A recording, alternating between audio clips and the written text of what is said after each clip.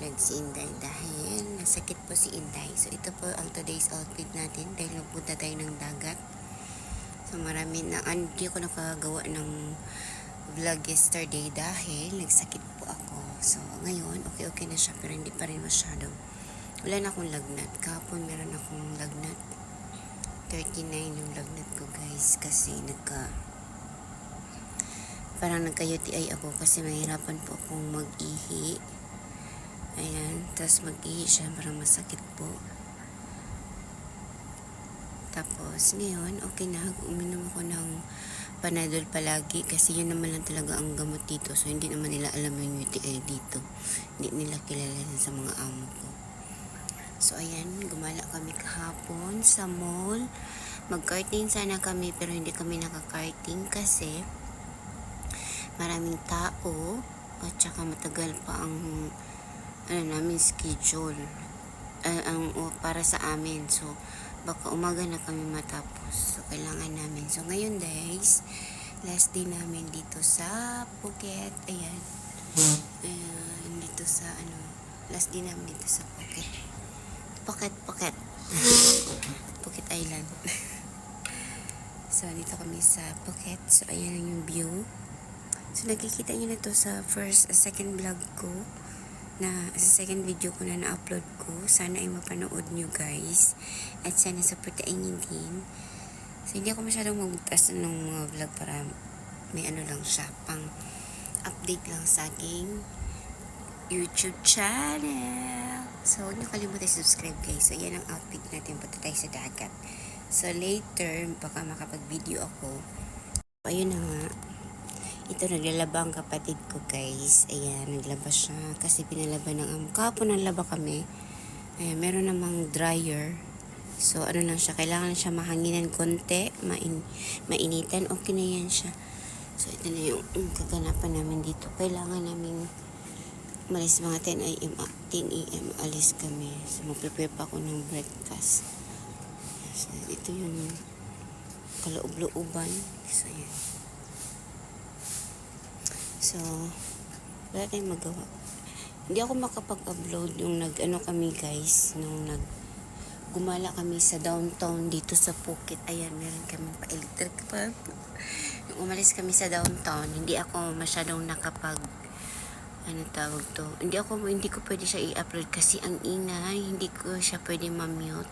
Pangit naman kung i-upload ko lang siya na na i-mute ko yung music. So, hindi ko siya na siguro ko na lang yung mga picture na lang idadagdag ko dyan sa taas para makita nyo yung view, yung mga picture edit ko na lang, ilagay ko lang siya sa mga kasi hindi siya pwede na isali ko siya sa dito sa video ko kasi dun sa downtown napakaingay po ang lugar kasi po yun marami pa ako na-discover dito sa Phuket na hindi ko gusto. Ang Phuket po kasi parang mas malinis pa sa Pilipinas. I-compare ko talaga siya. Mas okay talaga siya sa Pilipinas.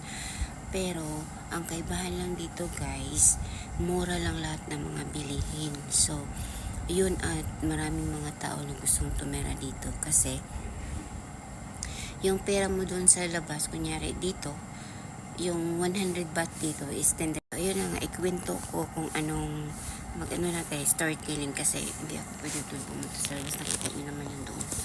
Nandito tayo pa-view kasi maganda naman ang outfit ni Inday. Ang kaibahan lang dito sa Phuket guys kasi mura lang siya. So, kasi yung tender ham 100 baht yun. So, talagang maraming turista pumupunta dito dahil malaki ang exchange. So lahat ng dito, lahat ng mga area dito is may bawat kanto. Meron siya, parang Pilipinas lang din siya. Makikita mo din mga ganitong view. Mga ganyang view, makikita mo din yan sa Pilipinas. Meron tayo yan. Ayan, makikita nyo yan dyan sa Pilipinas. Ang problema lang dito, siya, madumi. Ayan, madumi siya guys. Alam nyo ba, dito sa Phuket, may mga ko. May mga experience ako. Siya, hindi siya masyadong basura. kahit saan ang basura, pwede itatapon. So, bawal sa kanila. So, secondly, yung alam ko dito is bawal yung bawal yung horn, yung magpit-pit, yung mga yung nasa traffic ka, tapos may sinusundan ka, yung kailangan mo basta magpit-pit. Yung horn ba? Yun. So, bawal dito. So, lahat dito nakamotor. So, mga parent ang mga motor dito kasi mga ganyan pa kasada. So, pag may violation ka, magbayad ka. Bawat kibot dito mayroong bayad. Lahat dito may bayad. Kasi mura lang, di ba? So, kailangan magbayad. So, dito guys, open sila. Ito na po yung pinakahuli na discover ko dito. Open sila for weed. Pwede ka So, ayun na nga. Dito is open sila for weed. Kailangan, sila, marijuana, ganun. Pwede sila dito. Kahit saan pwede kang bumili. Anytime, anywhere. Maraming dito. Dito sa bila namin, sa baba, merong Dr. Weed. So, pwede kang bumili din kung gusto mo. Kasi sabi nila, ang reason nila kung bakit sila meron ganyan, pwede siyang igamot. Pero alam naman natin kung anong epekto niyan, di ba? Pero ewan ko, kung gamot. Pero pag na-observe ko sa mga tao dito, palaging gising, hindi sila natutulog. Tapos, sila, open for pride. So, alam naman natin yung LBGTT, di ba? So, open sila dyan. Kahit naman tayo saan open sila. Pero dito ang number 1 talaga sa LBGT. Lahat ng mga tao dito, hindi mo ma-recognize kung babae ba talaga. Kasi pwede dito, meron ditong pwede mo palit yung mukha mo. Kunyari, itong mukha ko, gawin ko siyang Sharon Cuneta. Pwede ko siyang gawing Bollywood or Hollywood yung mukha ko. Pwede yun.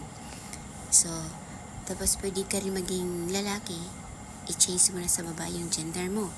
Kunin nyo yung pagmaiari mo. So, ganun yun. Pwede dito. Meron dito. Maraming doktor dito. So, anytime. Available sila. So, yan na po na-discover ko marami po na-discover ko dito. So, lahat dito, maraming mga rest house, mga ganito. Nasa bukid talaga. Mga ganyan. Ayan o. Magkikita ko sa inyo. Ayan, isi-zoom in natin. Ayan. Sa mga mamaliliit. Ayan, meron pang pabukid-bukid dyan. Mga talaga. Yan, sa tuktok na. So, ayun, nakikita nyo yun, guys. Diba? Kahit saan tuktok, meron mga rest house para malamig. Very nature lang sila. Ayan, lang dito. Very nature lang. So, maganda. Kasi mura lang, diba? Pero hindi ko gusto yung mga cleanliness nila. Kasi madumi. Hindi ko nakikita sa Davao. Sa Davao yun, sa place ko. Sa Davao, sa Pilipinas, hindi ko nakikita yan. Sa atin lang kasi, ang kaibahan sa atin is mahal masyado sa atin. So, kaya marami tayong turista. Nasa Siargao lang naman lahat kasi surfing. Pero kahit saan dito, kahit dito sa Phuket, pinunta namin, marami talaga mga pumupunta. Pero next destination namin, guys, isa Chiang Mai. Ayan, excuse me, guys. Kasi hindi talaga maganda yung pakiramdam ko. Ay, may mga iguana dito. Yung kwarto namin, meron talagang butiki. So, yan ang mga hindi ko na yun ang mga na-obserbahan ko dito sa Phuket. So, next destination namin is Chiang Mai. Chiang Mai daw sa Arabic. So, sa Chiang Mai kami bukas. Hindi namin alam kung So, i-update ko kayo doon sa Chiang Mai, guys. Chiang Mai na naman tayo. So, ayan. Thank you for watching, mga person. Kasi hindi pa talaga okay pakiramdam ni Inday kasi masakit po talaga ako mag-ihi. Ayun. Kaya, ayan mga guys. Huwag niyo kalimutan i-subscribe ang aking channel. Pasensya niyo na ang aking today's vlog. Ayan, huwag niyo kalimutan i-subscribe. At manood naman kayo. Don't skip my ads, guys. Maawa kayo. Kahit minsan lang yan kasi medyo maliit pang kita natin. So, hindi naman ako nag-iisip dyan sa kita na yan. Ang importante lang maka-update